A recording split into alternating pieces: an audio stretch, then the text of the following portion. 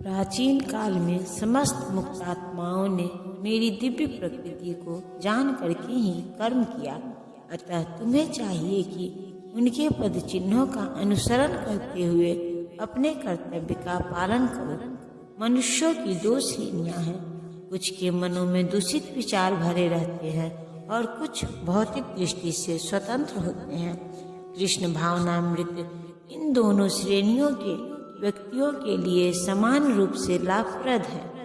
जिनके मनों में दूषित विचार भरे हैं, उन्हें चाहिए कि भक्ति के अनुष्ठानों का पालन करते हुए क्रमिक शुद्धिकरण के लिए कृष्ण भावनामृत को ग्रहण करें, और जिनके मन पहले ही ऐसे अशुद्धियों से स्वच्छ हो चुके हैं, वे उसी कृष्ण भावनामृत में अग्रसर होते रहें, जिससे अन्य लोगों उनके आदर्श कार्यों का अनुसरण कर सके और लाभ उठा सके।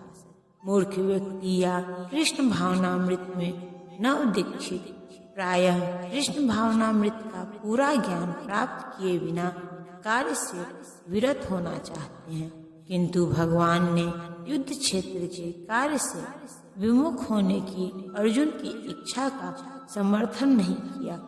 आवश्यकता इस बात की है कि यह जानना जाए कि किस तरह कर्म किया जाए। कृष्ण भावनामृत के कार्यों से विमुख होकर एकांत में बैठकर कृष्ण भावनामृत का प्रदर्शन करना कृष्ण के लिए कार्य में रत होने की अपेक्षा कम महत्वपूर्ण है। यहाँ पर अर्जुन को सलाह दी जा रही है कि वह भगवान के अन्य पूर्व शिष्यों यथा सूर्यदेव विवस्वान के पद चिन्हों का अनुसरण करते हुए कृष्ण भावनामृत में कार्य करे। अतः वे उसे सूर्यदेव के कार्यों को संपन्न करने के लिए आदेश देते हैं, जिसे सूर्यदेव ने उनसे लाखों वर्ष पूर्व सीखा था। यहाँ पर भगवान कृष्ण के ऐसे सारे शिष्यों का उल्लेख पूर्ववर्ती मुक्त पुरुषों के रूप में हुआ है, जो कृष्ण द्वारा नियत कर्मों को संपन्न करने में लगे हुए थे।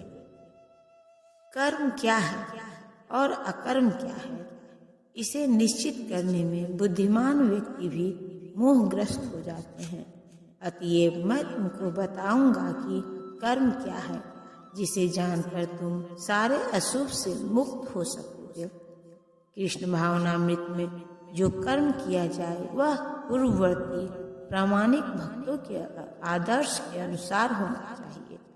इसका निर्देश 15वें श्लोक में किया गया है। ऐसा कर्म स्वतंत्र क्यों नहीं होना चाहिए, इसकी व्याख्या अगले श्लोक में की गई है। कृष्ण भावनामृत में कर्म करने के लिए मनुष्य को उन प्रामाणिक पुरुषों के नेतृत्व का अनुगमन करना होता है जो गुरु परंपरा में हो। जैसा कि इस अध्याय के प्रारंभ में कहा जा चुका है, कृष्ण भावनामृत पद्धति का उपदेश सर्वप्रथम सूर्यदेव को दिया गया, जिन्होंने इसे अपने पुत्र मनु से कहा। मनु ने इसे अपने पुत्र इक्ष्वाकु से कहा, और यह पद्धति तब से इस पृथ्वी पर चली आ रही है।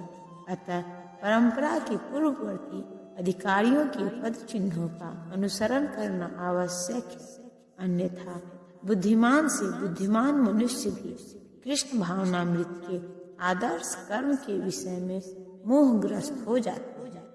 इसीलिए भगवान ने स्वयं ही अर्जुन को कृष्ण भावनामृत का उपदेश देने का निश्चय किया।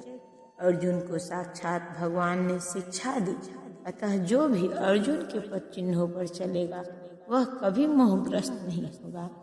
कहा जाता है कि अपूर्ण प्रायोगिक ज्ञान के द्वारा धर्म पथ का निर्णय नहीं किया जा सकता। वस्तुतः धर्म को केवल भगवान ही निश्चित कर सकते हैं। अपूर्ण चिंतन द्वारा कोई किसी धार्मिक सिद्धांत का निर्माण नहीं कर सकता।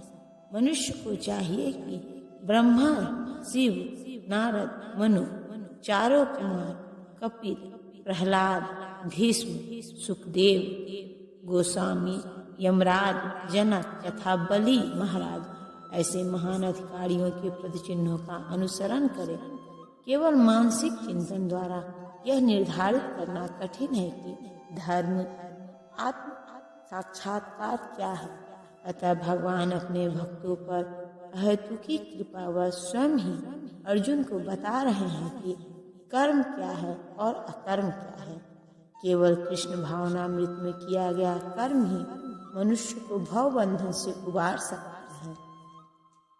कर्म की बारीकियों को समझना अत्यंत कठिन है। अतः मनुष्य को चाहिए कि वह यह ठीक से जाने कि कर्म क्या है, विकर्म क्या है और अकर्म क्या है। यदि कोई सचमुच ही भव बंधन से मुक्ति चाहता है तो उसे कर्म, अकर्म तथा विकर्म के अंतर को समझना होगा। कर्म, अकर्म तथा विकर्म के विश्लेषण की आवश्यकता है, क्योंकि यह अत्यंत गहन विषय है। कृष्ण भावनामृत को तथा गुणों के अनुसार कर्म को समझने के लिए परमेश्वर के साथ अपने संबंध को जानना होगा। दूसरे शब्दों में, जिसने यह भली भांति समझ लिया है वह जानता है कि जीवात्मा भगवान का नित्य दास है और फलस्वरूप उसे कृष्ण भावनामृत में कार्य करना है। संपूर्ण भागवत गीता का यही लक्ष्य है। इस भावमृत के विरुद्ध सारे निष्कर्म एवं परिणाम विकर्म या निषिद्ध कर्म है। इसे समझने के लिए मनुष्य को कृष्ण भावनामृत के अधिकारियों की संगति करनी होती है और उनसे रहस्य को समझना होता है। यह साक्षात भगवान से समझने के समान है, अन्यथा बुद्धिमान से बुद्धिमान मनुष्य भी मोहग्रस्त हो जाएगा। जो मनुष्य कर्म में अकर्म और अकर्म में कर्म देखता है वह सभी मनुष्यों में बुद्धिमान है और सब प्रकार के कर्मों में प्रवृत्त रहकर भी दिव्य स्थिति में रहता है। कृष्ण भावनामृत में कार्य करने वाला व्यक्ति स्वभावतः कर्म बंधन से मुक्त होता है। उसके सारे कर्म कृष्ण के लिए होते हैं, अतः कर्म के फल से उसे कोई लाभ या हानि नहीं होती। फलस्वरूप वह मानव समाज में बुद्धिमान होता है। यद्यपि वह कृष्ण के लिए सभी तरह के कर्मों में लगा रहता है। अकर्म का अर्थ है कर्म के फल के बिना निर्विशेषवादी इस भय से सारे कर्म करना बंद कर देता है कि कर्म फल उसके आत्म साक्षात्कार के मार्ग में बाधक न हो। किंतु सगुणवादी अपनी इस स्थिति से भली भांति परिचित रहता है कि वह भगवान का नित्य दास है। अतः वह अपने आप को कृष्ण भावनामृत के कार्यों में तत्पर रखता है, चूँकि सारे कर्म कृष्ण के लिए किए जाते हैं। अतः इस सेवा के करने में उसे दिव्य सुख प्राप्त होता है। जो इस विधि में लगे रहते हैं वे व्यक्तिगत इंद्रिय तृप्ति की इच्छा से रहित होते हैं। कृष्ण के प्रति उसका नित्य दास्य भाव उसे सभी प्रकार के कर्म फल से मुक्त करता है। भगवान अपने भक्तों पर अहेतुक कृपा व स्वयं ही अर्जुन को बता रहे हैं कि कर्म और अकर्म में अंतर यही है।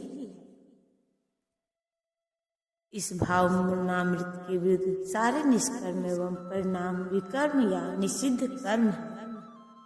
कृष्ण को भावनामृत का उपदेश देने का निश्चय अर्जुन को दिया। अर्जुन को कृष्ण ने शिक्षा दी कि अर्जुन सूर्यदेव के पद चिन्हों पर स्वयं चले।